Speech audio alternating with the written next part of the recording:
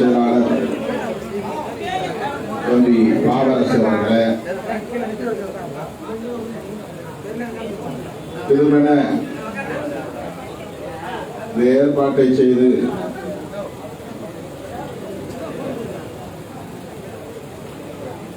நம்மை இந்த அதிர்ச்சியில் ஆழ்த்தியிருக்கிற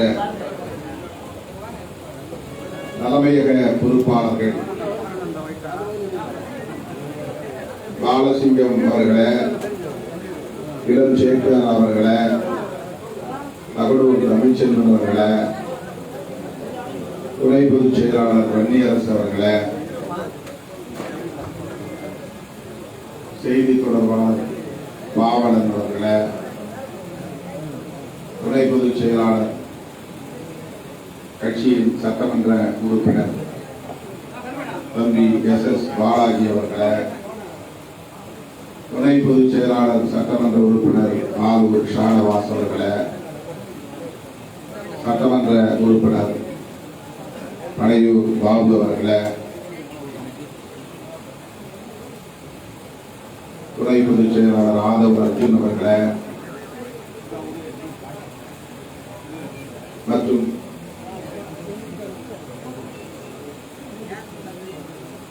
துணை பொதுச் செயலாளர் எழில் கரோலின் அவர்களே, விடுதலை செழியன் அவர்களே, சங்கத்தமிழன் அவர்களே, தமிழினியன் அவர்களே, ரஜினிகாந்த் அவர்களே மற்றும் தோழர் தேவராஜ் உள்ளிட்ட இயக்கத்தின் முன்னோடிகளே, மகளிர் விடுதலை இயக்கத்தின் மாநில செயலாளர் நற்சோனை அவர்களின் தலைமையில் வருகை தந்திருக்கிற பெண்மணிகளே,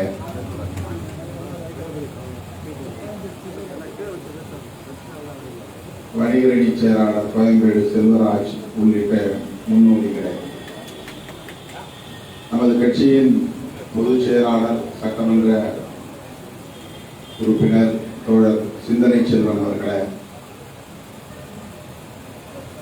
நாடாளுமன்ற உறுப்பினராக இரண்டாவது முறையாக தேர்ந்தெடுக்கப்பட்டிருக்கிற நமது கட்சியின் பொதுச் செயலாளர் தோழர் ரவிக்குமார் அவர்களே, திரளாக கூடியிருக்கிற என் உயிரின் உயிரான விடுதலை சிறுத்தைகளே, உங்கள் அனைவருக்கும் என்னுடைய பணிவார்ந்த வணக்கத்தை தெரிவித்துக் கொள்கிறேன். ஏராளமான மாவட்ட செயலாளர்கள் இருக்கிறீர்கள். ஒவ்வொருவருடைய பெயரையும் தனித்தனியே விழித்திட ஆசை நேரங்களை பொறுத்து விட வேண்டும். இது திருமண ஏற்பாடு செய்யப்பட்ட ஒரு நிகழ்வு. இதை நாம் திட்டமிட்டு செய்திருந்தால் ஒரு அரங்கம் அல்லது மண்டபம் பிடித்து அதிலே 6 அமர நிகழ்ச்சியை சிறப்பாக நடத்தியிருக்கலாம். தேர்தல் முடிவு வந்த பிறகு தலைமையகத்திற்கு இன்றைக்குத்தான் வர முடிந்தது. ஆகவே அப்படி வரும்போது ஆரைத்தப்பட்டை முழக்கங்களோடு,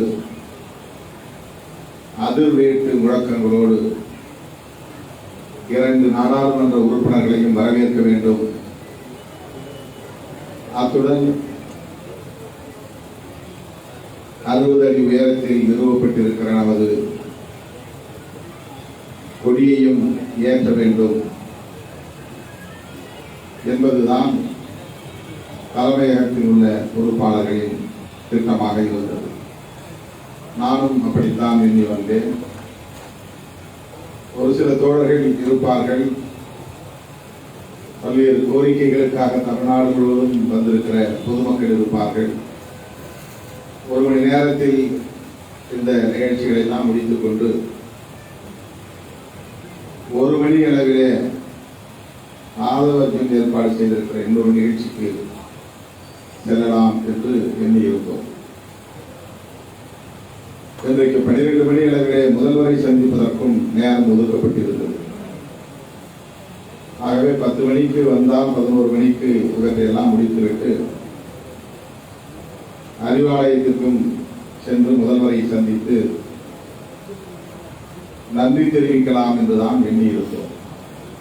பிறகு அங்கிருந்து தகவல் மாலை வந்தால் போதும், பகலில் வேண்டாம் என்று கூறியதன் அடிப்படையில் சற்று காலம் தாழ்ந்து வழக்கம் போல வேளச்சேரியிலே திரண்டு இருந்தவர்களை எல்லாம் சந்தித்துவிட்டு அங்கிருந்து இங்கே வந்து சேர 12 மணி ஆகிவிட்டது. இங்கே வந்தால் இவ்வளவு பேர் நீங்கள் திரண்டிருக்கிறீர்கள். இதை மகிழ்ச்சியாக நாம் கொண்டாட வேண்டும், திட்டமிட்டு கொண்டாட வேண்டும். சிறப்பாக இதை நாம் கொண்டாட வேண்டும், அதில் எந்த மாற்று கருத்தும் இல்லை. ஆனால் எந்த நிகழ்வாக இருந்தாலும் அதில் ஒரு ஆர்டர், ஒழுங்கு என்பது முக்கியமானது. மாலை போட்டு சிறப்பிக்க வேண்டும் என்று நீங்கள் ஏற்பாடு செய்து இங்கே வந்திருக்கிறீர்கள்.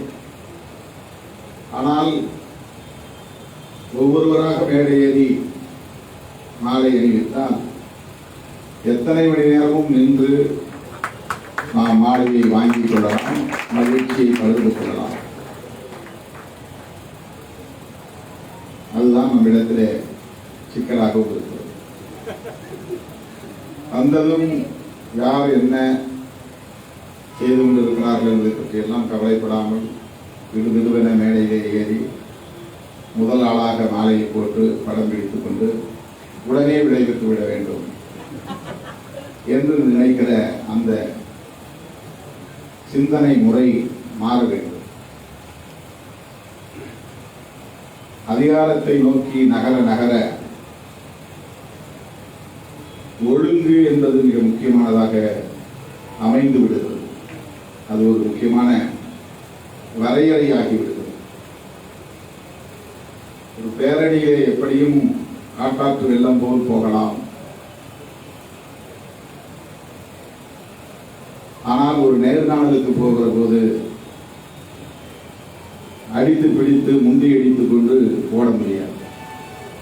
வரிசையிலே முன்னால் வந்தவர்கள் முன்னால், பின்னால் வந்தவர்கள் பின்னால், எத்தனை மணி நேரம் ஆனாலும் அமர்ந்து காத்திருந்து அங்குள்ள சிஸ்டம், அந்த ஒழுங்கு முறைக்கு கட்டுப்பட்டு ஒத்துழைக்க வேண்டும். ஏனென்றால் அது அதிகாரத்திற்கான இடமாகிவிடுகிறது, அதிகாரத்தை நோக்கிய பயணமாகிவிடுகிறது. ஆகவே நாம் இன்னும் எந்த அளவுக்கு ஒழுங்கை கடைபிடிக்க முயற்சிக்கிறோமோ, கட்டுப்பாட்டை கடைபிடிக்க முயற்சிக்கிறோமோ, அந்த அளவுக்கு விரைவாக அதிகார மையத்தை நோக்கி நம்மால் நகர முடியும். இது ஒரு அடிப்படையான செய்தி, நாம் தெரிந்து கொள்ள வேண்டிய செய்தி. கட்சியிலே சேர்ந்து 5 ஆண்டுகள் ஆகின்றன, கட்சியில் இணைந்து 10 ஆண்டுகள் ஆகின்றன, கட்சியிலே இணைந்து 15 ஆண்டுகள் ஆகின்றன என்று இந்த வருடங்கள் பெருக பெருக உங்களுடைய அணுகுமுறைகளில் ஒரு செழுமை ஏற்பட வேண்டும், முதிர்ச்சி வெளிப்பட வேண்டும், ஆளுமை என்பது வெளிப்பட வேண்டும். அவசரப்படுவது, பதற்றப்படுவது, உடன் இருக்கிறவர்களை கூட இடித்து தள்ளிவிட்டு தாம் முன்னே வந்து நிற்க வேண்டும் என்று எண்ணுவது, இவையெல்லாம் ஒரு வளர்ச்சியின் பரிணாமத்திற்கான அடையாளங்கள் இல்லை. இதை சொல்ல வேண்டியது என்னுடைய கடமை. அதுதான் நான் நீரெல்லாம் மகிழ்ச்சியோடு இருந்தால் நான் சற்று அப்படியே உறைந்து போய் அமர்ந்திருக்கிறேன். இந்த இடம் காற்றோட்டமாக இல்லை, கடுமையான புழுக்கமாக இருக்கிறது. இந்த மாதிரியான இடங்களில் இன்னும் ஒழுங்கு தேவை, கட்டுப்பாடு தேவை. சரி, நாம் கடைசியா போடுறோம் அப்படின்னு எல்லாம் நினைக்க ஆரம்பிச்சுட்டா ஒழுங்கு வந்துடும். கூட வந்திருக்கிறவர்களை விட நம்ம தான் அழைச்சி வந்து போயிருந்தது வேற. இந்த இடத்த வந்துட்டா 20 பேருக்கு பின்னால தள்ளிட்டு முன்னால் நாங்கள் இருக்கோம். அந்த நேரம் அந்த கேங்குங்கிற அந்த யூனிட்டி கூட இருக்காது. நான் ஒரு குரூப், நான் ஒரு கேங், அவன் 20 பேரும் ஒன்று அப்படின்னா ஒரு நல்ல தலைவர் அந்த 20 பேரையும் முன்னால் அனுப்பிச்சுட்டு கடைசியாக நிற்கணும். அவன் தான் நல்ல தலைவர். அங்கிருந்து வரவங்க ஆமதாக்கி வந்துட்டு இங்கே வந்து எல்லாத்தையும் போடா வெளியே இடிச்சுட்டு முந்தி அடிச்சுட்டு போய் முன்னால் நின்னா அவன் நல்ல தலைவராக இருக்க முடியாது. விட்டு கொடுத்தல் என்பதுதான் தலைமை பண்பிலே மிக மிக முக்கியமானது. விட்டு கொடுத்துட்டா நம்ம எப்படி வளர முடியும்? எவன் உன்னை தாண்டி முன்னால போனாலும் நீ அதுக்குரிய ஸ்டெப்போட இருந்தா எல்லாரும் திரும்பி ஒன்று நோக்கி தான் வருவாங்க. நான் தான் ஒரு கூட்டத்தில் பேசினேன், ஓரங்கட்ட நினைத்தாலும் ஒதுக்க நினைத்தாலும் நாங்கள் இருக்கிற இடமே மையம் என்றாலும் நீ ஒரு இடத்தை பிக்ஸ் பண்ணி இதுதான் சென்டர்னு நீ முடிவு பண்ணாத. என்னை ஓரம் கட்டி அதனால ஒதுக்கலாம்னு நினைக்காத. நீ எந்த இடத்துல ஓரம் கட்டியோ அந்த இடம் சென்டரா மாறும். அதுதான் எங்களுடைய போராட்டம் அப்படின்னு நான் நிகழ்ச்சியில் பேசினேன். இதை நீங்கள் மைண்டில் வச்சுக்கணும். நீங்கள் ஓரமாக நினைச்சிங்கன்னா கூட நான் பார்த்து கூப்பிடணும், நீங்கள் வாங்க வாங்க நான் கூப்பிடுறேன். அதுதான் வந்து ஒரு அரசியலில் ஒரு களத்தில் கற்றுக்கொள்ள வேண்டிய ஒரு பண்பு. இது முதலில் தோழமையோடு உங்களோடு நான் பகிர்ந்து கொண்டது. ஏன்னா இது பிறகு நீங்கள் என்னை போட்டு நசுக்கி மிதிச்சு கசக்கி பிழிஞ்சி தூக்கி எறியது தயாராக இருக்கிறீங்க, அன்புங்கிற பெயராக. அதனால அந்த பயம் எனக்கு இருக்கு. இடதுபுறமா நின்று வந்து வலதுபுறமா இந்த மாதிரி செஞ்சு பாருங்க, அரை மணி நேரத்தில் எல்லாம் முடியும். இங்கே ஏறி முன்னால ஏறி இடது ஏறி பின்னால ஏறி, அதாவது தலைமையகத்தில் இருக்கிறேன்னு சொல்லி ஒரு 10 பேர் இருக்கிறாங்க. அவங்க வந்து என் தோல்ல ஏறிக்கிட்டு தொடையில ஏறிக்கிட்டு யாரையுமே கிட்ட விடாம, அது ஒரு பெரிய பிரச்சனையா இருக்கு. ஒரு சிந்தனைக்கு பாராட்டினார். தலைமையகத்தில் இருக்கிறவங்கள பாராட்டினார். தலைமையகத்தில் இருக்க இன்னும் ஒழுங்கா இருக்கும், கட்டுப்பாடா இருக்கும். எப்போ பார்த்தாலும் எல்லாத்துலேயே வந்து உங்க மூஞ்சியே காட்டிட்டு இருக்க. கரெக்டா நான் எதிர்பார்த்தா மீன் ரெடி அடிச்சுட்டு போவேன். நான் வந்து நின்ற பிறகு தான் வருவாங்க. நான் வந்து நின்ற பிறகு எங்கேயாவது ஒரு இடத்துக்கு கிராஸ் பண்ணுவான். இதெல்லாம் வந்து நகைச்சுவைக்காக நான் சொல்லுகிறேன் கூட இதெல்லாம் மாறணும். வெளிப்படையா பேசுறது சோசியல் மீடியா கூட போகும். இதெல்லாம் மாறணும். ஏன்னா நம்ம வந்து அதிகாரத்தை பற்றி பேசிட்டு இருக்கோம்.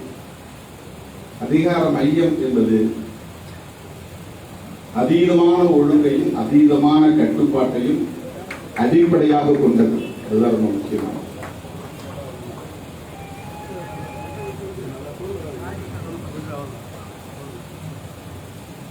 துப்பாக்கியில குண்டுக்காக ஒன்று போறதுனால அது கரெக்டா குறியில போய் அடிக்க முடியாது. ஒரே நேரத்தில் எல்லாம் போச்சுன்னா அடிக்க முடியாது. இன்னொன்னா தான் போகும். அப்பதான் டார்கெட்டை கரெக்டா புரி வச்சு அடிக்க முடியும்.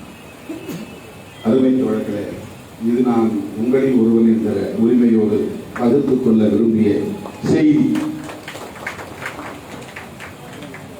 அங்கீகாரம் பெற்றிருக்கிறோம் என்ற வரலாற்று சாதனையை தோழர்கள் மகிழ்வோடு பகிர்ந்து கொண்டார்கள்.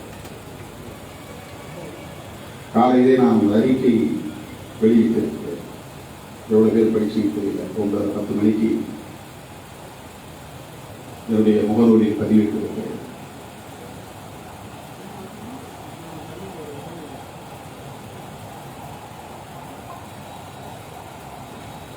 மானாங்கனியா என்று சொல்வார்கள் மதுரை பக்கத்தில். மானாங்கனியா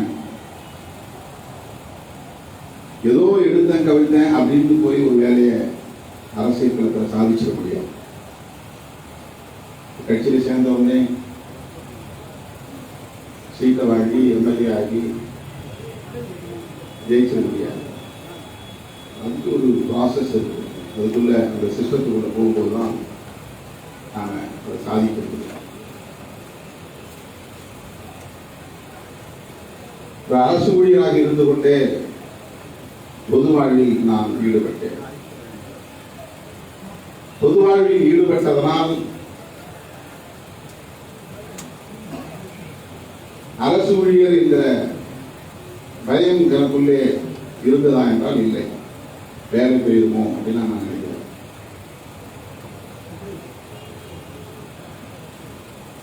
பெயரை மாற்றி புனைப்பெயர் வைத்து பொது நிகழ்ச்சிகளில் பங்கேற்கலாம் என்ற அறிவுரை எனக்கு அப்போதே வந்தது.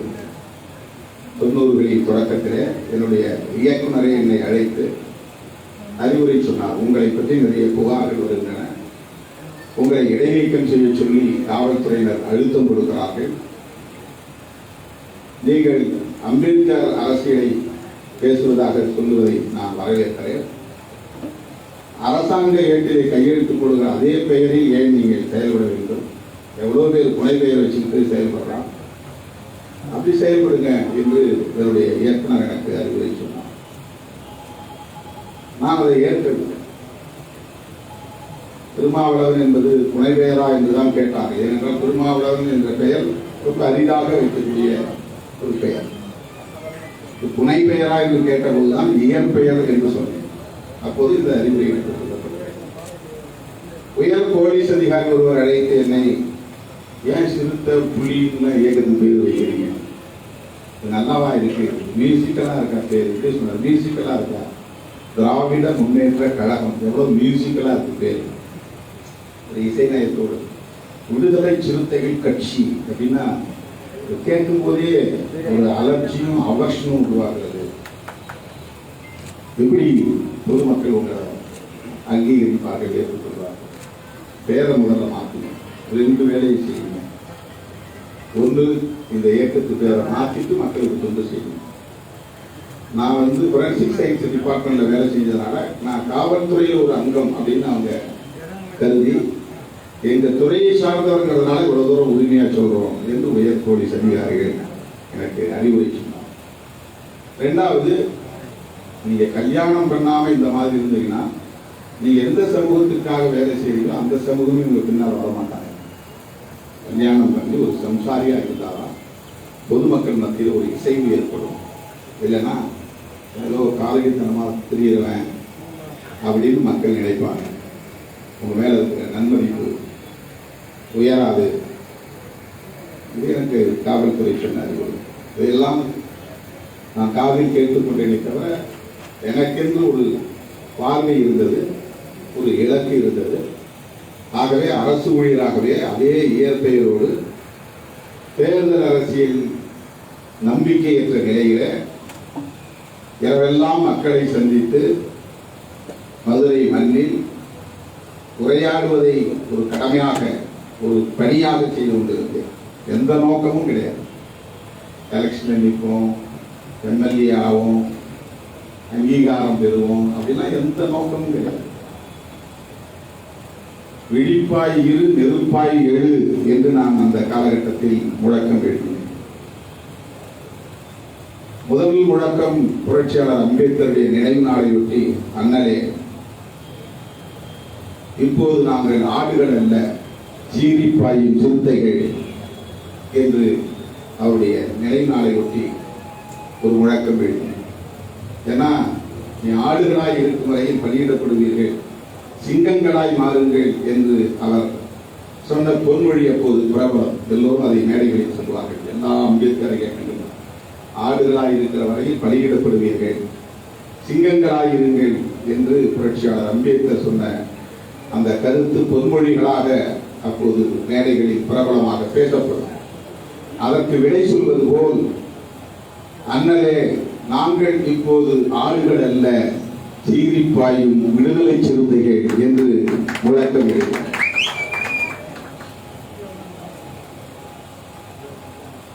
கூலி வேலைக்கு போகிற தோழர்கள் என்னிடத்திலே அண்ணா ஒரு முழக்கம் எழுதி தாருங்கள், நாங்கள் அச்சிட்டு விட்டுகிறோம் என்று கேட்பார்கள்.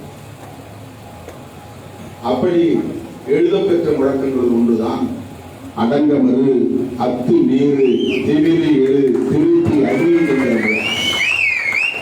முழக்கங்களை எழுதிய காலத்தில் தேர்தல் அரசியலை பற்றிய சிந்தனையே இல்லை. அதற்காக சொல்லப்படும் தேர்தல் பாதையில் ஈடுபட வேண்டும் என்கிற சிந்தனையே கிடையாது. மேலவளவு பிரச்சனை தான் நம்முடைய நிலைப்பாட்டில் மாற்றம் வருவதற்கு அடிப்படையாக அமைந்தது. பஞ்சாயத்து ராஜ் சட்டம் நடைமுறைக்கு வந்தபோது தலித்துகள் உள்ளாட்சி அமைப்புகளில் தனித்தொகுதிகளில் போட்டியிட முடியும் என்கிற வாய்ப்பு வந்த நிலையில் மேலவளவில் அதை ஏற்க முடியாது என்று சாதி வெறியர்கள் முடிவெடுத்து படுகொலை செய்வோம் என்று வெளிப்படையாக அறிவித்த போதுதான் அவர்களை பாதுகாக்கவும் வேண்டும், அவர்களுக்கு வழிகாட்டவும் வேண்டும் என்கிற நெருக்கடிக்கு இந்த இயக்கம் ஆளானது. அப்போதும் நான் அரசு ஊழியர்தான். அப்போதுதான் என்னுடைய தமக்கை அக்கா பானுமதி அவர்கள் வாழ்ந்த ஊர் திருமாந்துறையிலே கூடி முதலாக பஞ்சாயத்து ராஜ் சட்டம் குறித்து ஒரு கலந்தாய்வு செய்தோம். பிறகு விரிவாக பேசுவோம் என்று பெரம்பலூரிலே கூடி கலந்தாய்வு செய்தோம். அதிலும் ஒரு தீர்வு எட்டாத நிலையிலே மாநில செயற்குழுவை கூட்டுவோம் என்று விழுப்புரத்திலே செயற்குழுவை கூட்டினோம். அந்த விழுப்புரம் மாநில செயற்குழு கூட்டத்தில் தான் கொண்ட கொள்கையில் உறுதியாய் இருப்போம், தேவையெனில் கொள்கை சிதையாமல் உத்தியை மாற்றுவோம் என்று முழக்கம் எழுதி தேர்தல் அரசியலில் நிற்பது என்ற முடிவுக்கு வந்தோம். இது விழுப்புரம் நகரத்தில் நடைபெற்ற மாநில செயற்குழுவில் எடுக்கப்பட்ட முடிவு. ஒரு சமூக இயக்கமாக இருந்த விடுதலை சிறுத்தைகள் ஒரு அரசியல் களத்தை நோக்கி நகருகிற அரசியல் இயக்கமாக பரிணாமம் பெறுகிற முனைப்பில் ஈடுபட்டது. இது 1998 97 96 உள்ளாட்சி தேர்தல் சம்பந்தமான பிரச்சனைகள் வந்துவிட்டது. 96 விழுப்புரத்திலே மாநில செயற்குழு கூடியது. 97 மேலளவு படுகொலை நடந்தது. அதன் பிறகு அப்போதும் நான் அரசு ஊழியர், என்னுடைய தலைமையிலே சென்னையில் பேரணி நடந்தது. அந்த பேரணி தொடர்பான செய்திகள் அப்போது சென்னையிலிருந்து வெளிவந்த அத்தனை பத்திரிகைகளிலும் தலைப்புச் செய்தியாக மாறியது. சென்னை பேரணியில் வன்முறை, கல்வீச்சு, நூற்றுக்கணக்கானவர்கள் மீது காவல்துறை வழக்கு, திருமாவளவனை தேடுகிறது போலீஸ் என்றெல்லாம். இப்படி பேசினால் மணிகணக்கிலே நான் பேசிக்கொண்டே இருக்க வேண்டிய நேரம் இல்லை. தோழர்களே, 97 மேலவளவு படுகொலைக்கு பிறகு நாம் அடுத்தடுத்து பல பேரணிகளை நடத்தி, மதுரையிலே ஒரு பேரணி நடத்தி, அதிலே வன்முறை வெடித்து, அதிலே ஏராளமான தோழர்கள் தாக்குதலுக்கு உள்ளாகி, நானும் காவல்துறையின் தடியடிக்கு ஆளாகி, அப்படியெல்லாம் கடந்து வந்து 98 அப்போது திமுக ஆட்சி, பாமக திமுகவோடு இருந்த நேரம், பாமக விடுதலை சிறுத்தைகளை பற்றி எடுத்த எடுப்பிலேயே அவதூறு பரப்பியது. நாங்கள் அடியெடுத்து வைத்த தேர்தல் அரசியலை அடியெடுத்து வைப்பதற்கான கலந்தாய்வு நிலையிலே இருந்த காலம் தேர்தல் அரசியலுக்கு வரவில்லை. 98, 99 அந்த காலகட்டத்தில் விடுதலை சிறுத்தைகளின் முன்னணி தலைவர்கள் கைது செய்யப்பட்டு குண்டர் சட்டத்தில் அடைக்கப்பட்டார்கள். அதை எதிர்கொள்ளும் வகையில் தான் மறுபடியும் நாம் கலந்தாய்வு செய்து தேர்தல் அரசியலில் பங்கேற்பது என்ற முடிவை நாம் எடுத்தோம். சிதம்பரம் தொகுதியில் ஒரே ஒரு வேட்பாளரை நிறுத்துவோம் என்று முடிவு செய்தோம். அந்த முடிவை அதிகாரப்பூர்வமாக அறிவிப்பதற்கு முன்னதாக மூப்பனார் தலைமையிலான 3வது அணியில் விடுதலை சிறுத்தைகளை ஏன் இணைக்கக்கூடாது என்ற கேள்வி எழுந்து நம்மை அழைத்து பேச்சுவார்த்தை நடத்தினார்கள். அதிலே நான் உடன்படவில்லை. அப்போது நான் அரசு ஊழியர்.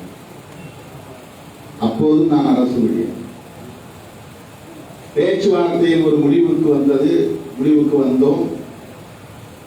5 தொகுதிகளை நமக்காக மூப்பனார் வழங்கினார். அரசியலை பற்றி ஏதும் தெரியாததால் தந்த தொகுதிகளையே நான் 3 தொகுதிகளை திருப்பி கொடுத்து விட்டேன். 5 தொகுதியை தந்தார். அது எவ்வளவு முக்கியத்துவம் வாய்ந்தது என்று என்னால் உணர முடியாத காலம். அந்த 5 தொகுதிகளில் 3 தொகுதிகளை திருப்பி தந்துவிட்டு 2 தொகுதிகளில் மட்டும் நாங்கள் போட்டியிடுகிறோம் என்று சிதம்பரம், பெரம்பலூர் ஆகிய 2 தொகுதிகளில் 1999 நாம் போட்டியிட்டோம். சிதம்பரம் தொகுதியை பெற்ற பிறகு நான் அரசு ஊழியர். எனக்கு தேர்தலில் இருக்க ஆசை இல்லை, எனக்கு உடன்பாடு இல்லை. நான் மாறி இந்த வேட்பாளர் அந்த வேட்பாளர் என்று மூப்பனாரிடத்தை சொல்லிக் கொண்டே இருந்தேன். சுருக்கமாக சொல்லி முடித்தேன். அவர் உடன்படவில்லை. கடைசியாக சொன்னார், நீங்கள் நிற்பதாக இருந்தால் தேர்தலில் சிதம்பரத்தில் நீங்கள் நிற்பதாக இருந்தால் உங்களுக்கு தருகிறோம், இல்லை என்றால் நான் ஐயா இளைய பெருமாளுக்கு தந்து விடுவோம்.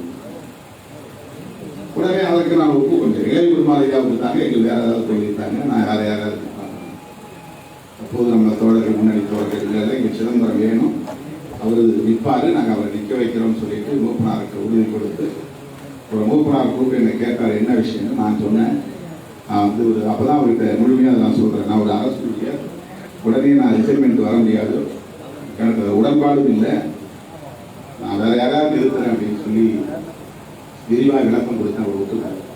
ரிசைன் பண்ணுங்கன்னு என்னை கட்டாயப்படுத்தினேன். 3வது அணி ஜெயிக்க வாய்ப்பு இல்லை. நான் ஒரு எளிய குடும்பத்தில் இருந்து வந்தவன். அந்த வேலை என்பது முக்கியமானது.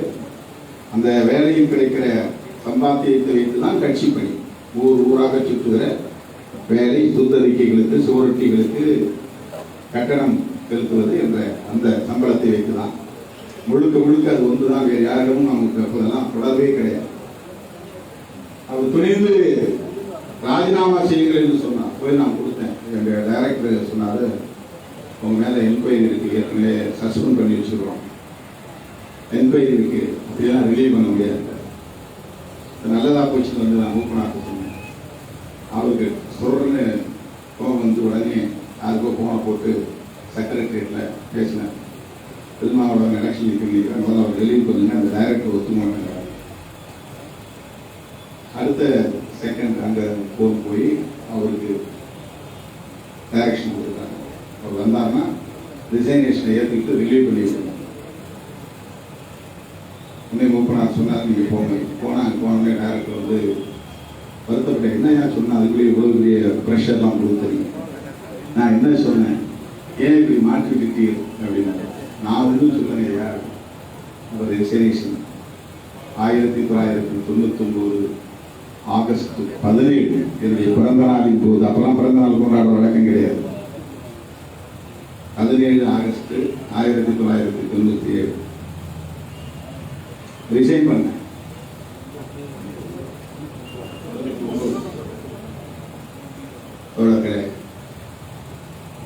அப்புறம் வேட்பாளராக போனேன். விருப்பம் இல்லாமல் வேட்பாளராக நின்றேன். கண்ணை கட்டி காட்டிவிட்டது போல் இருந்தது. தேர்தல் வேலை எப்படி செய்வதுன்னு தெரியாது. கையெழுத்து கும்பிடுன்னு சொன்னாங்க, கும்பிட்டோம், அவ்வளவுதான் தெரியும். 10-15 நாள் அவங்க சின்னம் சைக்கிள் சின்னம். தமிழக அரசியல் வரலாற்றில் அப்படி ஒரு எழுச்சி வேறு எந்த தொகுதியிலும் இருந்திருக்காது தோழர்களே.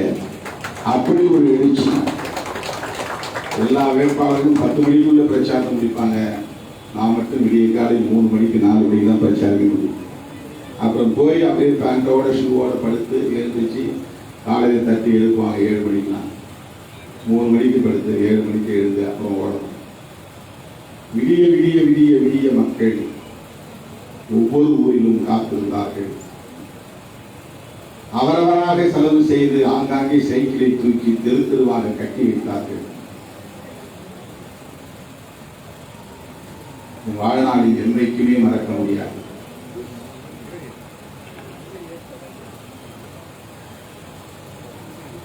மூப்பனாரை வைத்து கடைசியாக ஒரு தேர்தல் பிரச்சார பொதுக்கூட்டம் சிதம்பரத்திலே நடந்தது. வரலாறு காணாத ஒரு எழுச்சி. மூப்பனார் அந்த மேடையிலேயே சொன்னார், 30 ஆண்டுகளுக்கு பின்னால் இப்படி ஒரு கூட்டத்தை நான் பார்க்கிறேன். எம்ஜிஆர் இங்கே வந்தபோது 30 ஆண்டுகளுக்கு முன்பு இப்படி ஒரு நிகழ்ச்சி நடந்தது. அதன் பிறகு நான் முதலில் இவ்வளவு பெரிய எழுச்சியை நான் இப்போதுதான் பார்க்கிறேன் என்று மேடையிலேயே பேசினார். கூட்டம் முடிச்ச பிறகு அந்த ஏரியாவில் இருந்து ஒருத்தர் வந்து மூப்பனாக சொன்னார், ஐயா எம்ஜிஆர் வந்தப்பதாங்க ஐயா இவ்வளவு பெரிய மாசு இருந்துச்சு, அது 30-35 வருஷத்துக்கு முன்னால. ஆருத்ரா தரிசனத்துக்கு வர்ற மாதிரி வந்திருக்கிறாங்க, எந்த தெருவை பார்த்தாலும் இவங்க கூட்டமாக தான் இருக்கு அப்படின்னு சொன்னார். அதை பார்த்ததும் அன்றைக்கு திட்டமிட்டார்கள். தேர்தல் வாக்குப்பதிவு அன்றைக்கு மிகப்பெரிய திட்டமிட்ட வன்முறை நடந்தது. மிகப்பெரிய திட்டமிட்ட வன்முறை நடந்தது. ஊர் ஊராக வண்டியிலே போய் பெட்ரோலை ஊற்றி குடிசைகளை கொளுத்தினார். 15 சேரிகள் கொளுத்தப்பட்டன. திருமாவளவன் கவுட்டு கொள்ளி 15 சேரிகள் முற்றாக எரிந்து சாம்பலாய். ஏறத்தாழ 60க்கும் மேற்பட்ட கிராமங்களில் தாக்குதல் நடந்தன. 90க்கும் மேற்பட்ட இளைஞர்கள் காயம்பட்டார்கள். நாட்டு வெடிகுண்டுகளை வீசினார்கள், வெட்டி காயப்படுத்தினார்கள். எந்த பக்கம் திரும்பினாலும் கல்வீச்சு.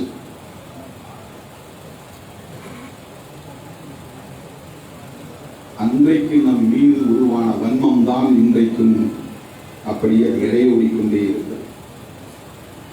அடித்தது அவர்கள், நாம் இல்லை. திட்டமிட்டது அவர்கள், நாம் இல்லை.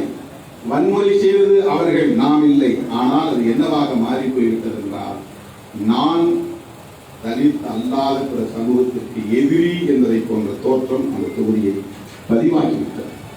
அந்த வன்முறைதான் காரணம். அந்த வன்முறைதான் காரணம். பச்சை குழந்தை போல் அழுது கொண்டே வந்தேன் சென்னைக்கு. விஜய் தொலைக்காட்சியிலே அழைத்து என்னை பேட்டி எடுத்தார்கள். நான் பேச முடியவில்லை, தேம்பி தேம்பி அழுதேன். என்னை ஆற்றுப்படுத்த யாரும் இல்லை என்று ஒரு அனாதையை போல் உணர்ந்தேன்.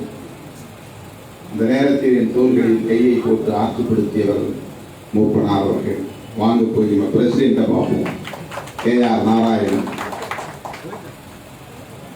அவரை பார்த்தா ஏதாவது நமக்கு பலன் கிடைக்கும் அப்படிங்கிற நம்பிக்கையோடு போகணும். தேர்தல் என்றால் என்ன என்பதை அப்போதுதான் ஒவ்வொரு நண்பருமாக நாம் தெரிந்து கொள்ள முடியும். அவர் பொறுமையாக கேட்டுக்கொண்டார். முதலாக டெல்லிக்கு சென்றோம், குடியரசுத் தலைவர் மாளிகைக்கு சென்றோம், குடியரசுத் தலைவரை சந்தித்தோம்.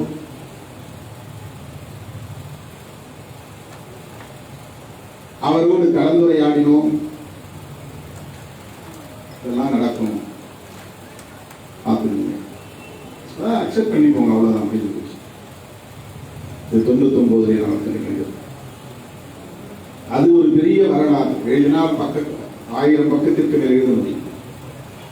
அவ்வளவு பெரிய வன்முறை.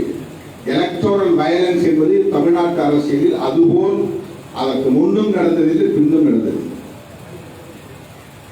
ஏன்னா நமக்கு அப்படி ஒரு எழுச்சி.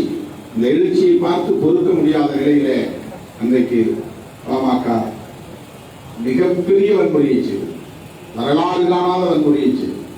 அப்பாவி மக்களை அடித்து துன்புறுத்தி காயப்படுத்தினார்கள். ஏராளமான தோழர்கள். இன்றைக்கு நீங்க சிதம்பரம் பகுதிக்கு போய் பார்த்தா 1000 கட்ட வெடுகளோடு தோழர்கள் பலரை பார்த்தீங்க. 99 அந்த தோழர்களுக்கு இந்த அங்கீகாரத்தை நான் காணிக்கையாக்குகிறேன்.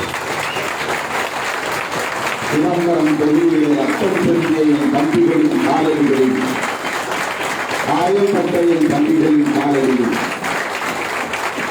ஆறாத வகுப்போடு இன்றும் அந்த வண்டியில் உலகிக் கொண்டிருக்கிற என் வீரின் மீதான விடுதலை சிறுத்தைகளின் காலடியில்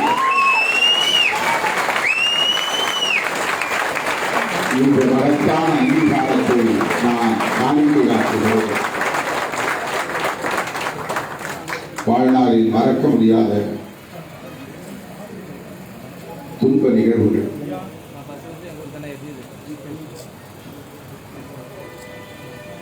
அந்த சேரிகளில் இன்னும் வடுக்கள் அப்படியே இருக்கின்றன. இரத்த வாடை இன்னும் அடித்துக் கொண்டே இருக்கிறது. திருமாவளவனுக்காக ஓட்டு போட்டார்கள் என்பதுதான். அவ்வளவு பெரிய வன்முறையை தாண்டி அவர்கள் கள்ள ஓட்டு போட்ட நிலையிலும் கூட வாக்குகளை பூத்த கேப்சர் பண்ணோம். இதெல்லாம் வன்முறை இல்லாமல் முன்பு நடந்தது. இந்த செய்தியை ஓட்டெல்லாம் போட்டாச்சு, போ முடியும், இவ்வளவு வராது. ஓட்டு போட முடியாது, ஓட்டு போட்டு பழக்கம் இல்லை பல கிராமங்கள். வன்முறை செய்து வாக்குச்சாவடிகளை கைப்பற்றி அவர்களே வாக்குகளை குத்திக் கொண்ட நிலையில் அவற்றையெல்லாம் தாண்டி நாம் பெற்ற வாக்குகள் 2,25,000 வாக்குகள். இவ்வளவு வாக்குகளை வேறு எவனாவது பெற்றிருந்தால் அன்றைக்கே தோளில் தூக்கி வைத்து கொண்டாடி இருக்கும் இந்த தமிழ் சமூகம். யார் இந்த இளைஞன் என்று ஊடகங்கள் முதன்மைத்துவம் கொடுத்து விவாதித்திருப்பார்கள், எழுதியிருப்பார்கள். ஆனால் ஒரு எளிய குடும்பத்தில் பிறந்தவன் திருமாவளவன் என்பதனால் அதை கண்டும் காணாமல் போனார்கள். அதை பற்றி பேசவோ விவாதிக்கவோ அதை பற்றி எழுதவோ யார் எப்படி 2.25 லட்சம் மூன்றாவது அணியிலே மூப்பனார் அணியிலே ப. சிதம்பரம் உட்பட அத்தனை பேருமே 1 லட்சத்திற்கும் கீழ்தான். எல்லா வேட்பாளர்கள் 40 வேட்பாளர்கள் பாண்டிச்சேரி உட்பட 90,000 வாக்குகள் தான் இன்றைக்கு பி. சிதம்பரம் அவர்கள் பெற்ற வாக்குகள். புதுவை கண்ணன் 20,000 வாக்குகள் தான். போட்டியிட்ட அத்தனை வேட்பாளர்களும் 10,000 20,000 90,000 தான். சிதம்பரம் நாடாளுமன்ற தொகுதியில் மட்டும்தான் 2,25,000 வாக்குகளை நாம் பெற்றோம். வன்முறை நடக்காமல் இருந்திருந்தால், கள்ள ஓட்டு போடாமல் இருந்திருந்தால், மக்களை அச்சுறுத்தாமல் இருந்திருந்தால் அந்த வாக்குகள் இன்னும் 50,000 கூடியிருக்கலாம். 2.25 லட்சமோ 3 லட்சமோ நாம் பெற்றிருக்க வாய்ப்பு இருக்கிறது. அப்படி ஒரு காலத்தை நாம் சந்தித்தோம். அதன் பிறகு 2001 திமுக கூட்டணியிலே இடம்பெறக்கூடிய வாய்ப்பு அமைந்தது. தனிச்சின்னத்திலே போட்டியிடக்கூடிய எண்ணம் அப்போதே எனக்கு உரித்தது என்றாலும் மிக மிக மிக தொடக்க நிலை என்ற நிலையிலே அந்த கருத்தை கூட பகிர்ந்து கொள்ள முடியாத ஒரு சூழல். மிக குறைவான இடைவெளி, 15 நாள் இடைவெளி தான். உதயசூரியன் சின்னத்திலே நாம் நின்றோம். 8 தொகுதிகள் தமிழ்நாட்டிலும் 2 தொகுதிகள் பாண்டிச்சேரியும் என்று நாம் போட்டியிட்ட நிலையிலே அன்றைய மங்களூர் இன்றைய திட்டக்குடி தொகுதியிலே நான் மட்டுமே 2,000 வாக்குகள் வித்தியாசத்தில் வெற்றி பெற முடியும். அது கண்ட அனுபவம் கசப்பான அனுபவம். உதயசூரிய சின்னத்திலே போட்டியிட்டும் கூட அந்த சின்னத்தை வரைவதற்கு அவர்களுக்கு கை பூசியது. அந்த சின்னத்திலே ஓட்டு போட அவர்களுக்கு மனம் இல்லை.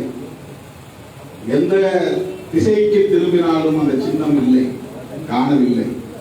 தேர்தலுக்கு 4 நாள். அதன் பிறகு நாங்கள் மதுரையில் இருந்து தோழர்களை அழைத்து வந்து அவசரமாக ஓட்டு போடுகிறார்கள், ஜெயிக்கிறோம், தோற்றம், பிரச்சனை இல்லை, முடிந்த இடங்களிலெல்லாம் எழுதுங்கள் என்று எழுத வைத்தோம்.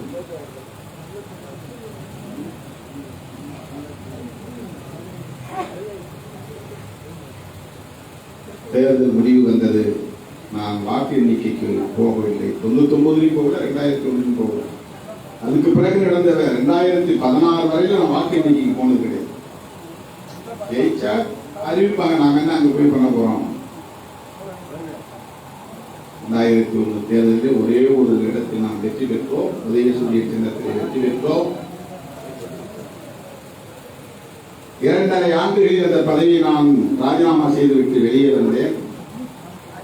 அப்போது உடனிருந்த புதிய தமிழகம், மக்கள் தமிழ் தேசம் ஆகிய கட்சிகளை இணைத்துக் கொண்டு தனியே 2004 நாடாளுமன்ற பொதுத் தேர்தலை சந்தித்தோம். 99 2.25 லட்சம் வாக்குகளை பெற்ற நாம் அன்றைக்கு இதெல்லாம் மூப்பனார் வாக்குகள் என்று பத்திரிகைகளில் எழுதினார்கள். 2004 நாம் போட்டியிடுகிறது மூப்பனார் கிடையாது. நம்மோடு கூட்டணியில் இருந்த புதிய தமிழகத்திற்கு அங்கு ஓட்டு கிடையாது. நம்மோடு கூட்டணியில் இருந்த யாருக்கும் அந்த தொகுதியில் ஓட்டு இல்லை, ஜார்ஜ் பெர்னாண்டஸ் அவர்களுக்கோ மற்றவர்களுக்கோ. ஆனால் அந்த தேர்தலில் அதை விட 30,000 வாக்குகள் கூடுதல் பெற்றோம். 2,55,000 வாக்குகள். நான் ஏன் சிதம்பரம் என் தாய்மொழி என்று சொல்லுகிறேன் என்பது இப்போது உங்களுக்கு புரிந்திருக்கும் தோழர்களே. 2.25 லட்சம் வாக்குகள் 2004 2,55,000 வாக்குகள். 2006 சட்டமன்ற பொதுத் தேர்தலில் அதிமுகவோடு சேர்ந்து போட்டியிடக்கூடிய வாய்ப்பு கிடைத்த நிலையிலே இரட்டை இலை சின்னத்தில் இருக்க வேண்டும் என்று என் நடராஜன் அவர்களும் சசிகலா அவர்களும் ஏன் ஜெயலலிதா அம்மையார் அவர்களும் கூட ஒரு வேண்டுகோளாக என்னிடத்திலே வைத்தார்கள். நான் சொன்னேன், இல்லை, இனி நாங்கள் தனிச்சின்னத்தில் தான் இருப்போம். தனி சின்னத்தில் தான் இருப்போம். நான் உறுதியாக இருந்தேன். இப்ப தமிழ்நாட்டில் 9, பாண்டிச்சேரியில் 1. நீங்க இரட்டையில நின்னீங்கன்னா 9க்கு 9, 100க்கு 100 ஜெயிச்ச முடியும். அதனால இரட்டையில நில்லுங்க என்று அறிவுறுத்தப்பட்டது. 100க்கு 100 தோல்வி அடைந்தாலும் பிரச்சனை இல்லை, நாங்கள் தனிச்சின்னத்தில் இருக்கிறோம் என்று நான் சிரித்துக் கொண்டே எம் நடராஜன் அவரிடத்தில் எம்என் என்று அழைப்போம். அவரிடத்தில் அவருடைய வீட்டில் அமர்ந்து பேசும்போது சொன்னார், சரி சரி நீங்க இண்டிவிஜுவாலிட்டி மெயின்டைன் பண்றீங்க, ஓகே அப்படின்னு சொல்லிட்டாங்க. அப்போ மணி சின்னத்திலே போட்டியிட்டோம். முதலில் தனி சின்னத்தில் நாம் போட்டியிட்டு 2 தொகுதிகளில் வெற்றி பெற்றோம். அந்த 2 தொகுதிகளிலும் வெற்றியை தந்த மாவட்டம் கடலூர் மாவட்டம். ஒன்று காட்டுமன்னார் தோழர்களே, அதில் இருந்து ஒரு முறை கூட நாம் மாற்று சின்னத்திலே நிற்கவில்லை. அதாவது கட்சி, பெரிய கட்சி, கூட்டணி கட்சியின் சின்னத்தில் நிற்கவில்லை, தனி சின்னத்தில் தான் இருக்கும். 2004 ஜார்ஜ் பெர்னாண்டஸ் கட்சியின் அம்பு சின்னம் வாங்கி வந்திருக்கிறோம். 99, 2001, 2004 இதுதான் பல கட்சிகளின் சின்னங்களில் நாம் கண்ட தேர்தல். 2006 மணி சின்னம், 2009 ஸ்டார் சின்னம். உச்ச நீதிமன்றம் வரையில் போய் வழக்கு நடத்தி முகமது யூசுப் அவர்கள் தான் அந்த பெருமுயற்சியை எடுத்துக்கொண்டார். நானும் அவரும் போய் டெல்லியிலே உட்கார்ந்து வழக்கு நடத்தி அங்கே ஆர்டர் வாங்கி ஸ்டார் சின்னத்தை கொண்டு வந்து 10-12 நாள் இடைவெளியிலே, 15 நாள் இடைவெளியிலே மக்களை சந்தித்தோம். முள்ளிவாய்க்கால் படுகொலை நடந்த நேரம் கடுமையான விமர்சனங்கள் திமுகவுக்கும் காங்கிரசுக்கும் எதிராக. அந்த நேரத்தில் தவிர்க்க முடியாத நிலையை நாம் திமுகவோடு கூட்டணி சேருகிற ஒரு சூழல். அந்த கடும் எதிர்ப்படும் திமுக காங்கிரஸ் கூட்டணி கிட்டத்தட்ட 30 இடங்களில், 28-30 இடங்களில் வெற்றி பெற்றது. அதில் சிதம்பரமும் ஒரு தொகுதி. விழுப்புரத்திலே வெறும் 2000 வாக்குகளில் வெற்றி வாய்க்கிறது. 2009 ஸ்டார் சின்னம் 1,00,000 வாக்கு வித்தியாசம், 97,000 ஓட்டு வித்தியாசம். அதே அவதூறுகள் பரப்பப்பட்டன, வதந்திகள் பரப்பப்பட்டன. வன்னிய சமூகத்திற்கும் பிற சமூகங்களுக்கும் எதிரி என்று திட்டமிட்டு பரப்பப்பட்டன. அந்த அவதூறுகளை கடந்து அன்றைக்கு நாம் கிட்டத்தட்ட 1,00,000 வாக்கு வித்தியாசத்தில் வெற்றி பெற்றோம். 2011 மெழுகுவர்த்தி என்று கருதுகிறேன். 2014 மோதிரம், 2016 மறுபடியும் மோதிரம், 2019 பானை, 2021 பானை, 2024 பானை. இப்போது நமக்கு நிலையான சின்னம் பானை.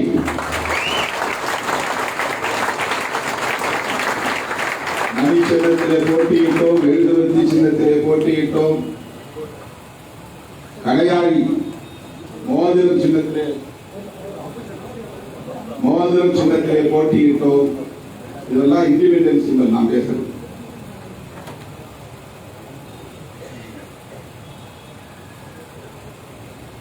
ஒவ்வொரு முறையும் நம்முடைய தோழர்கள் நாம் இது மாதிரி இண்டிபெண்டன்ஸ் சிம்பல்ல நின்று எப்படி மக்கள்கிட்ட போய் ரீச் ஆகும், நம்ம எப்படி ஜெயிக்க முடியும் அப்படிங்கிற முணுமுணுப்பை வெளிப்படுத்தினார்கள். ஒவ்வொரு முறையும் 2006 அந்த முணுமுணுப்பு இருந்தது. 2009 2 எம்பி தொகுதி. அப்போ ஒரு ஜஸ்டிஸ் தோன்றும். வேட்பாளர்களை தேர்வு செய்வது ஒரு பெரிய போராட்டம். ரொம்ப சிம்பிளா பலரும் நினைக்கிறாங்க. அதை நான் கிட்டத்தட்ட 3 மணி நேரம் பேச முடியும். தேர்வு செய்தோம். அந்த தேர்தலில் விழுப்புரத்திலே நாம் வெற்றி பெற்றிருந்தால் 2009 இந்த இயக்கம் 15 ஆண்டுகளுக்கு முன்பே அங்கீகாரத்தை பெற்றிருக்கும்.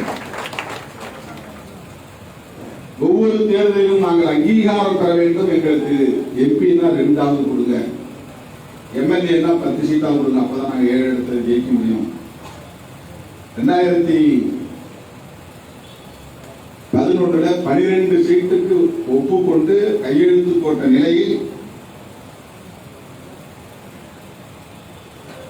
உள்ளுக்குள்ளே பூகம்பம் வெடித்து ஐயோ முடியாது என்ற ஒப்பந்தமே கிழித்து போட்டு பிறகு 10 என்று அதற்கு நான் உடன்பட்டுங்கிறத நீங்க அடிக்கொள்ளணும். அதற்கு நான் உடன்பட்டு அந்த ஒப்பந்தத்தில் கையெழுத்திட்டு 12 கையெழுத்தாச்சு. திருப்பி அது கீழ்ச்சி போட்டுட்டு 10 போற இடத்துல உணர்ச்சி வயப்பட்டு ஆத்திரப்பட்டு நான் வெளியே வந்திருக்க முடியும்.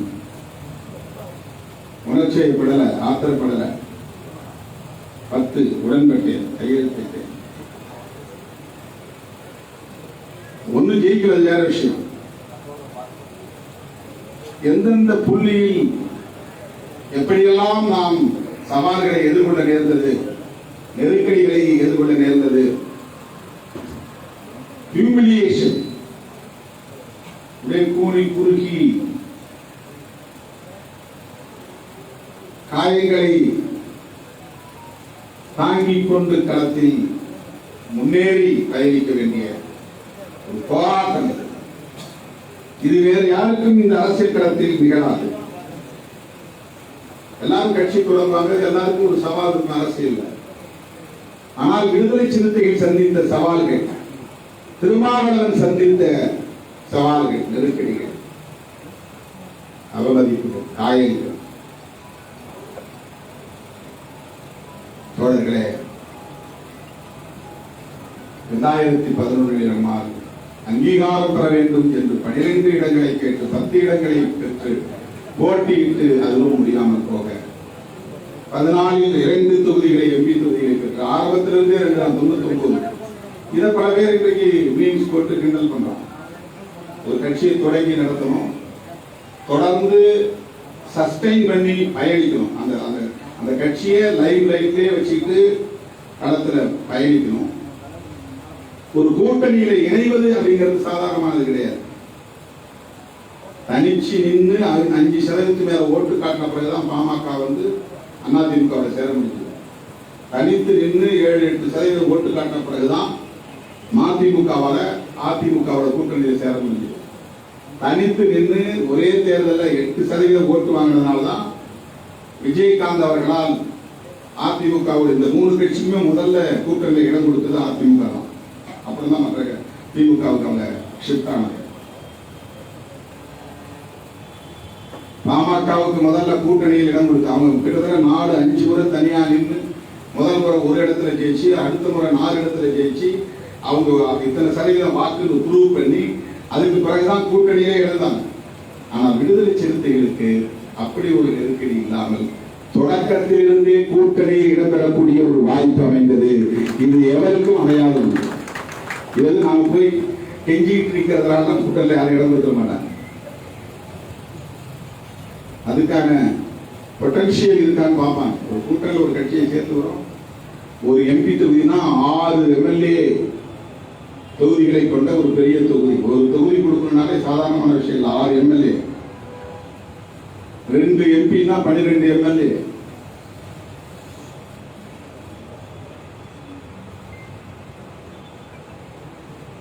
ஆகவே கூட்டணியில் இடம்பெறுவதற்கான வாய்ப்பை பெற்றோம், தொடர்ந்து இடம்பெறுவதற்கான வாய்ப்பை பெற்றோம், கணிசமான இடங்களில் போட்டியிடுவதற்கான வாய்ப்பை பெற்றோம். இதற்குள்ளே நிறைய நாம் இடர்களை சந்தித்திருக்கிறோம், அதையெல்லாம் கடந்து வந்திருக்கிறோம்.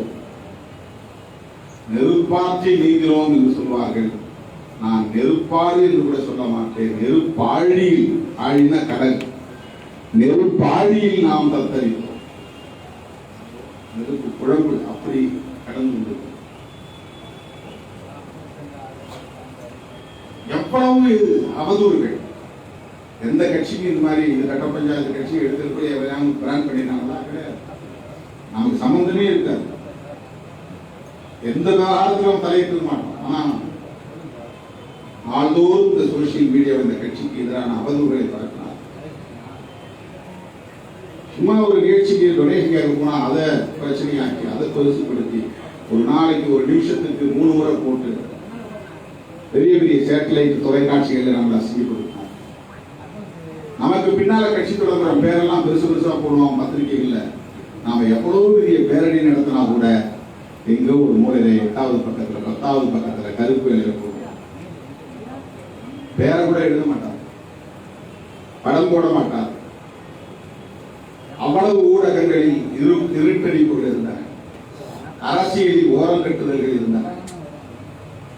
எல்லாவற்றையும் சகித்துக் கொண்டு பொறுத்துக் கொண்டு அங்குலம் அங்குலமாக வளர்கிறோம், ஆனால் அழுத்தமாக வளர்கிறோம் என்று நான் அடிக்கடி சொல்லுவேன். அப்படி ஒரு அடக்குமுறைகளை ஒடுக்குமுறைகளை நாம் சந்தித்து ஒரு நெடும் பயணத்தை கடும் நெருக்கடிகளுக்கு இடையிலே மேற்கொண்டு கடந்த தேர்தலில் 6 இடங்கள் தான் கிடைத்தது. அது எப்படி 6? அதுக்கு எப்படி திருமாவளவன் ஒத்துருக்காரு, மொத்தமா போய் இடமான வச்சுட்டாரு. இன்னும் தினம் வந்து நம்மோட களை வெட்டின மாதிரி கவலைப்படலாம். அவங்க வளர்றதுக்கு ஒரு சின்ன சிறு மணியாங்களை கூட எடுத்து கொடுக்க மாட்டான். 10 ரூபாய் நமக்கு ஒரு நண்படி கொடுத்து உதவி இருக்க மாட்டான்.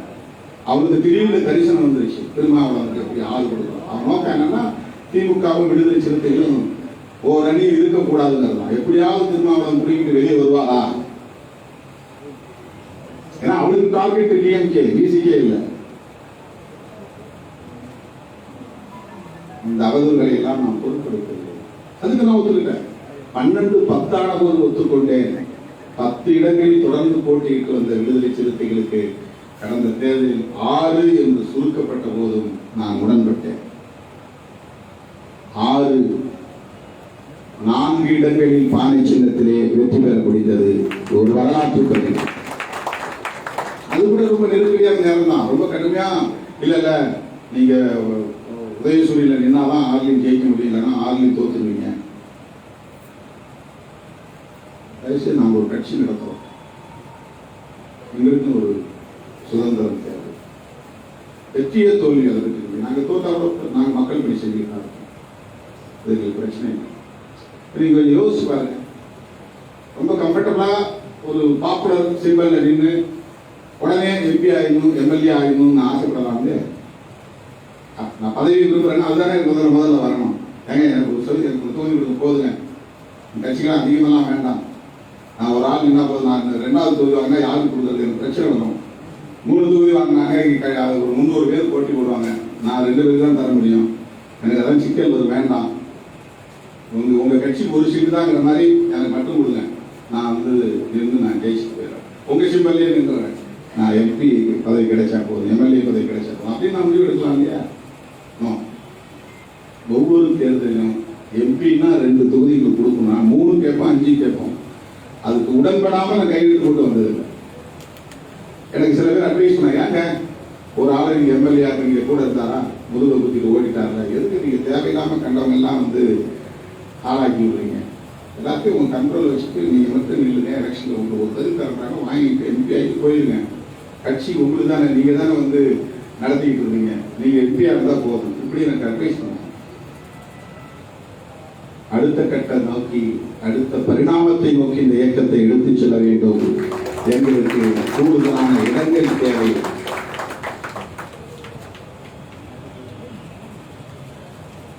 (2006) நான் போட்டியிடணும் அப்படின்னு திட்டப்படி தொகுதியை நான் ரிசர்வ் பண்ணியிருக்கேன்.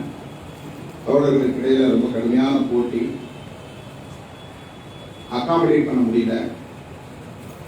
ரொம்ப சிம்பிளா நான் நிற்கிறேன், நீங்க நிற்கிறேன். நான் நிற்கிறேன், நான் தலைவர், எனக்கு தான் முக்கியம். நான் முதல்ல நின்றுட்டேன். எனக்கான தொகுதியை நான் உறுதிப்படுத்திக்கிறேன். மக்களோட குடும்பம் நான் நினைக்கிறேன். அந்த இடத்துல நான் நிற்க வேண்டிய தொகுதியில், ரிசைன் பண்ண தொகுதியில் மறுபடியும் நின்று நான் ஜெயிச்சு அந்த மக்களுக்கு நன்றி சொல்ல வேண்டும். அந்த தொகுதிக்கு நான் இடையிலும் செய்தாக வேண்டும். அப்படிங்கிற ஒரு நெருக்கடி இருந்த நேரத்தில் கூட நான் நிற்க வேண்டிய இடத்துல நம்ம கூட இருக்கிற தோழர்கள் ஆசைப்படுறாங்க, அதை நீங்களும் நில்லுங்க, நீங்களும் நில்லுங்க, நீங்களும் நில்லுங்க. நான் தமிழ்நாடு கூட பிரச்சாரம் பண்ணேன் 2006. அப்போ நான் எம்பி ஆயிருந்தது, எம்எல்ஏ ஆயிருந்தேன். 2006 நான் திட்டத்தில் இருந்தது, நான் எம்எல்ஏ.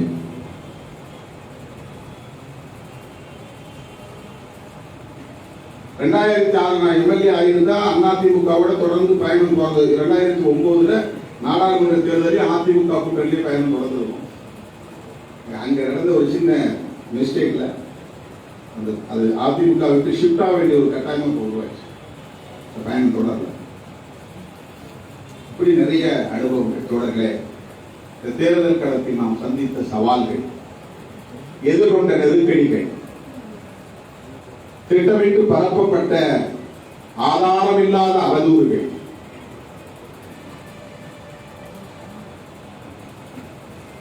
வஞ்சம் நிறைந்த வசவுகள், வலிகள் மிகுந்த இழிவுகள் எல்லாவற்றையும் சகித்துக் கொண்டு நாம் நெடுந்தூரம் பயணித்ததன் விளைவாக இன்றைக்கு 4 சட்டமன்ற உறுப்பினர்கள், 2 நாடாளுமன்ற உறுப்பினர்கள் சொந்த சின்னத்திலே வெற்றி பெற்று தேர்தல் ஆணையத்தின் அங்கீகாரத்தை பெற்றிருக்கிறோம். சமூக அங்கீகாரம் அது ஒரு வகை, அரசியல் அங்கீகாரம் அது ஒரு வகை, சட்டப்பூர்வமான அங்கீகாரம் அது ஒரு வகை, சோசியல் ரெகக்னிஷன். சமூகத்தில் மக்கள் இது ஒரு அரசியல், இது ஒரு இயக்கமாக, ஒரு தலைவரா ஏற்றுக்கொள்வது அது ஒரு கட்டம். அது தாண்டாதான் அரசியல் அங்கீகாரம். ஒரு அரசியல் இயக்கமா, ஒரு சாதி சங்கம் அப்படிங்கிறது சமூக அங்கீகாரம், ஒரு அரசியல் கட்சிங்கிறது ஒரு அரசியல் அங்கீகாரம், ஒரு பொலிட்டிக்கல் ரெகக்னிஷன். சட்டப்பூர்வமான அங்கீகாரம், லீகல் ரெகக்னிஷன். எலெக்ஷன் கமிஷன் சில வரையறை வச்சிருக்கிறான். அந்த வரையறைக்கு உட்பட்டு இன்றைக்கு நாம் ஒரு எல்லையை தொட்டு இருக்கிறோம், ஒரு வெற்றியை எட்டி இருக்கிறோம். அதுதான் லீகல் ரெகக்னிஷன். இன்றைக்கு விடுதலை சிறுத்தைகள் கட்சி சமூக அங்கீகாரத்தை கடந்து அரசியல் அங்கீகாரத்தை தொட்டு இன்றைக்கு சட்டப்பூர்வமான அங்கீகாரத்தை வென்றெடுத்திருக்கிறது. இனிமேல் தான் 1000 மடங்கு வேகம் தேவைப்படும். இனிமேல்தான் திட்டமிட்ட செயல் நடவடிக்கைகள் தேவைப்படும். இனிமேல்தான் நான் அறிக்கை சொல்லியிருப்பேன், கரை காணும் நிலையை எட்டியிருக்கிறோம். கரை சேர்ந்து விட்டோம்னா எழுதி நெருப்பாழியில் நீந்திக் கொண்டே கரை காணும் நிலையை நீந்தி போனாதான் இன்னும் எவ்வளவு தூரம் தெரியும்.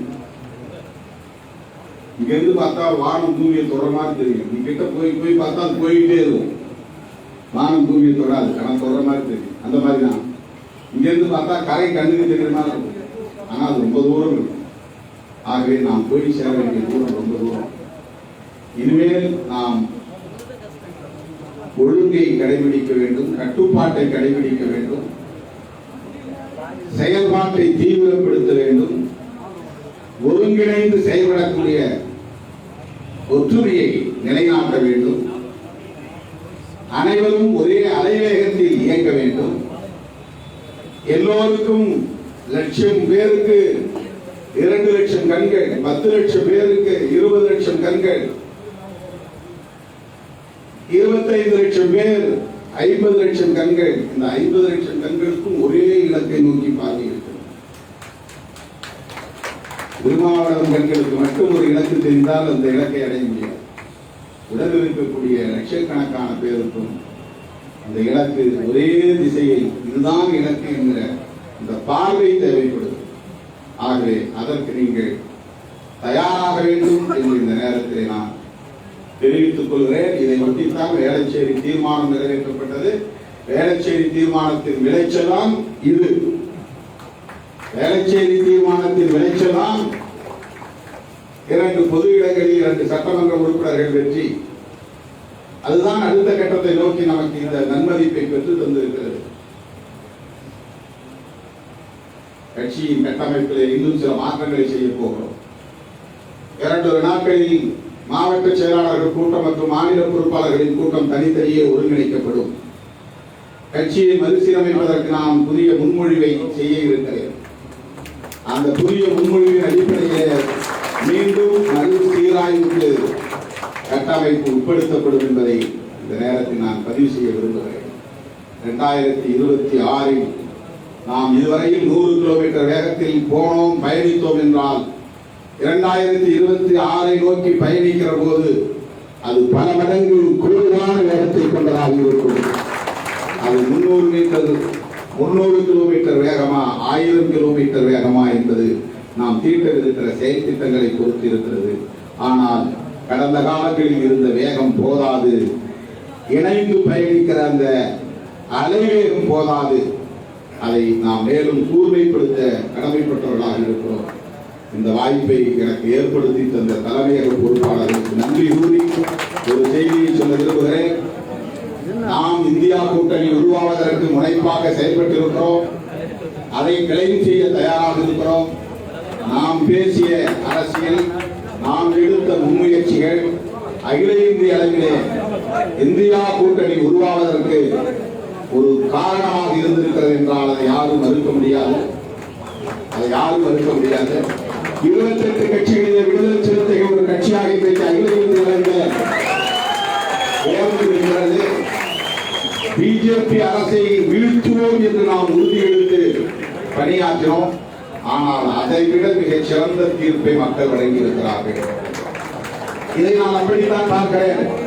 இந்தியா கூட்டணி வெற்றி பெறவில்லை, ஆட்சியை கைப்பற்றவில்லை என்று கவலைப்படுவோம். ஆனால் நான் யோசித்து பார்க்கிறேன், இந்தியா கூட்டணி ஒருவேளை வெற்றி பெற்றிருந்தால் அது 28 கட்சிகள் ஒன்று சேர்ந்து 28 குதிரைகள் ஒரு ரதத்தை வழிநடத்துவது என்பது அதற்கு மிகப்பெரிய இன்டெகிரிட்டி தேவைப்படும், யூனிட்டி தேவைப்படும், ஒற்றுமையும் ஒருங்கிணைந்த நல்லிணக்கமும் தேவைப்படும். ஆனால் மக்கள் புரிந்து கொண்டார்கள். இன்னும் நீங்க முதிர்ச்சி அடைய வேண்டிய தேவை இருக்கிறது.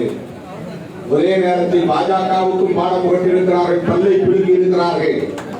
அதே நேரத்தில் இந்தியா கூட்டணிக்கும் அறிவுரை தந்திருக்கிறார்கள். நீங்கள் இன்னும் இணைந்து செயல்படக்கூடிய முதிர்ச்சியை பெறவில்லை. மேற்கு வங்கத்திலே காங்கிரசும் திரிணாமுல் காங்கிரசும் தனித்து போட்டியிடும் நிலை, கேரளாவிலே அப்படி தனித்து போட்டியிடும் நிலை, ஆங்காங்கே இப்படிப்பட்ட சில குறைபாடுகளும் இந்த கூட்டணியில் இருக்கிறது. இந்த குறைபாட்டோடு இந்தியா கூட்டணியின் கையில் தேசத்தை ஒப்படைக்க மக்கள் விரும்பவில்லை. ஆகவே இந்தியா கூட்டணி இன்னும் பக்குவம் பெற வேண்டும். அதற்கான கால அவகாசம் தருகிறோம், உங்களை தயார்படுத்திக் கொள்ளுங்கள் என்று மக்கள் தீர்ப்பளித்திருக்கிறார்கள். இப்படித்தான் நான் பார்க்கிறேன். அதே வேளையில் பாஜக ஆட்சி அமைக்கக்கூடிய தனிப்பெரும்பான்மையை தரவில்லை. மற்ற கட்சிகளின் தயவை நாடக்கூடிய அளவுக்கு ஒரு நெருக்கடியில் கொண்டு போய் தள்ளி இருக்கிறது. 273 இடங்களில் வெற்றி பெற்றிருந்தால் அது தனி பெரும்பான்மை. போன முறை பாஜக 303 இடங்களில் போட்டியிட்டது, வெற்றி பெற்றது. இந்த முறை 240 இடங்களில் தான் வெற்றி பெற்றிருக்கிறது. 63 இடங்களை பறிகொடுத்திருக்கிறது. தோல்வியில் ஒரு வெற்றி, பாஜகவுக்கு தோல்வியிலே ஒரு வெற்றி, இந்தியா கூட்டணிக்கு வெற்றியிலே ஒரு தோல்வி. உள்ளபடியே வெற்றி 52 இடம் இருந்த காங்கிரஸ் 100 இடத்துக்கு வந்துவிட்டது. 99 எல்லா கூட்டணியும் சேர்த்து 243 இடங்கள் வந்திருக்கிறது. அவன் 240 இடம் தனி. ஆனாலும் அவனால் ஆட்சி அமைக்க முடியாது, நம்மாலும் ஆட்சி அமைக்க முடியாது. நமக்கும் பாடம் போட்டிருக்கிறார்கள் மக்கள். ஆளுகிற பாஜகவுக்கும் பாடம் போட்டிருக்கிறார்கள் மக்கள். தனித்தே 300 இடங்களில் வெற்றி பெறுவோம், கூட்டணி சேர்த்து 400 இடங்களில் வெற்றி பெறுவோம். நாங்கள் கண்ட கனவை நனவாக்கப் போகிறோம், சாவர்கரின் கனவை நனவாக்கப் போகிறோம் என்றெல்லாம் பிதற்றிக் கொண்டு திரிந்த பாஜகவின் நச்சுப்பல்லை புடுங்கி இருக்கிறது இந்த தேர்தல். அவர்களை அடக்கி ஒதுக்கி முடக்கி சந்திரபாபு நாயுடுவையும் நிதிஷ்குமாரையும் கண்காணிகளாக போட்டு நீங்கள் ஆட்சி அமையுங்கள் என்று ஆணையிட்டு இருக்கிறது இந்திய சமூகம். இந்த தீர்ப்பை நான் வரலாற்று சிறப்பு வாய்ந்த தீர்ப்பாக பார்க்கிறேன். இந்த நெருக்கடியான நேரத்தில் அவர்கள் ஆட்டம் போட முடியாத நிலைக்கு தள்ளி இருக்கிறார்கள். நாம் ஆட்சி நடத்துகிற வலிமையை இன்னும் பெற வேண்டும் என்று வலியுறுத்தி இருக்கிறார்கள் அல்லது அறிவுறுத்தி இருக்கிறார்கள். இந்தியா கூட்டணி இன்னும் ஸ்ட்ரென்தன் ஆகணும், இன்னும் வலிமை பெற வேண்டும், அது தேவை இருக்கிறது.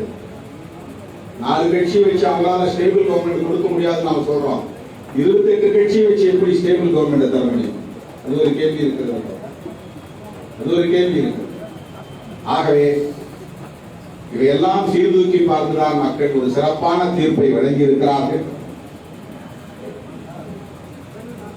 நிலையான ஆட்சி அவர்களால் தர முடியாது.